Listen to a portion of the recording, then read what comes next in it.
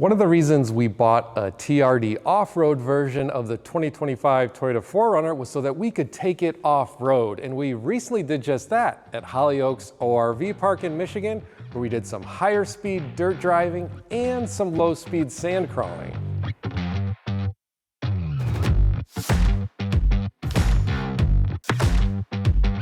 Before we hit the trail, we had to remove the 4Runner's plastic front air dam. It was previously damaged during some on-road driving, we're not really sure where, and it definitely had to come off before going off-road.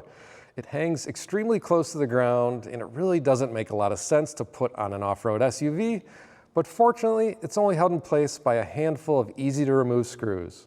The 4Runner was not in its happy place on our high-speed dirt road course, but it gamely made a go of it, and it was actually fun to drive in moments like when sliding in the sand in corners. We had it in 4 high and in the multi-terrain selects sand mode. For the most part, this was a test of what it'd be like to take the 4Runner on a rough dirt road, and as you'd expect, it did just fine. But the suspension would let you know if you got going too fast, because around 25 miles per hour, some of the bumps hit pretty hard. Just remember, this is a TRD off-road, not a TRD Pro, and you cannot drive it like one. I like the 4Runner's front camera views because they really helped you see what was ahead when you were approaching a steep rise in the road. And they appear on the large center infotainment screen, but a downside is once you get to 9 miles per hour or so, it disappears and defaults back to the infotainment system, which made them less useful when we were driving faster than that. So if the speed threshold was a bit higher, that'd make them more useful when going off-road.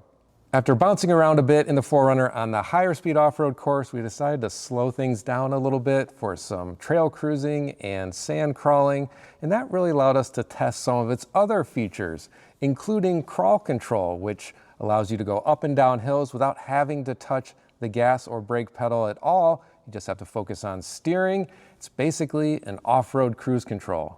And even when you're not using the 4Runner's off-road tech, you can still get through some reasonably challenging off-road terrain just by using the gas and the brake pedal.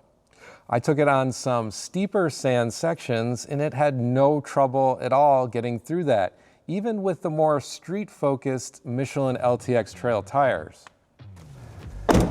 So all in all, the 4Runner proved itself to be a light off-roading champ that should meet the needs for someone looking to venture off the beaten path, but not too far off. For that, there are TRD Pro and Trail Hunter versions of the 4Runner that are more capable and more expensive.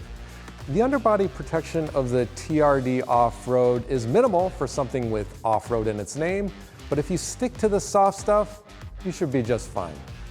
For more coverage on our long-term Toyota 4Runner, be sure to check out Cars.com/news.